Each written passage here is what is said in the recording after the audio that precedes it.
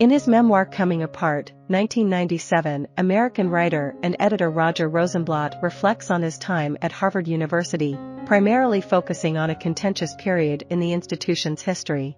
The memoir delves into the events of the spring of 1969 when a group of 135 Harvard students, many affiliated with an organization called Students for a Democratic Society, took control of the main administrative office.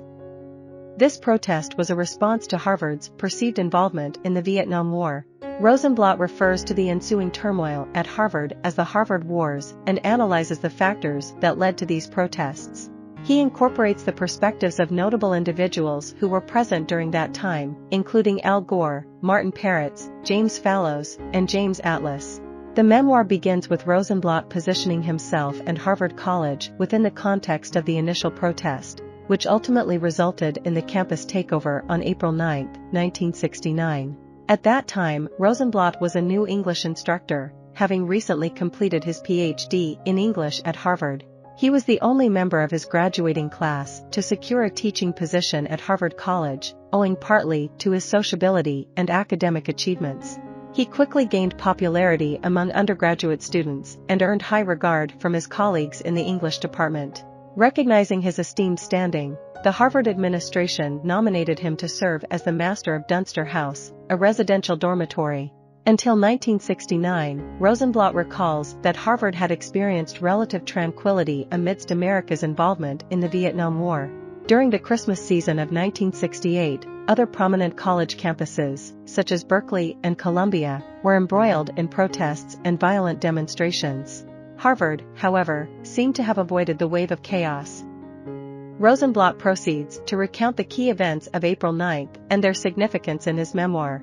The protests commenced with a riot on the campus quad, which later escalated to a student takeover of University Hall. Around 135 students flooded into the building and remained there until nightfall. A subsequent police operation, involving approximately 400 officers, was conducted to remove the occupiers and make arrests. Unfortunately, the police employed excessive force not only against the protesters but also against bystanders who had not participated in the protest. However, the police bust did not mark the end of the protest. In the weeks and months that followed, Harvard witnessed a 3-day student strike, a series of administrative meetings, and numerous public debates regarding the necessity of disciplinary actions against the protesters. Rosenblatt argues that these so-called Harvard Wars briefly disrupted the university's structure and public sentiment. He places ultimate blame on political extremists whose radical actions created chaos without effectively addressing their genuine grievances. Additionally, he criticizes the university's inadequate response to the protest. By authorizing a police force that vastly outnumbered the protesters and granting them discretion in retaking the building, the university effectively treated the protesters as criminals, resulting in the use of excessive force. Even students who did not participate in the protest expressed condemnation toward the university. Rosenblatt also admonishes the university's faculty, accusing them of being morally negligent by failing to defend against accusations of complicity in the Vietnam War.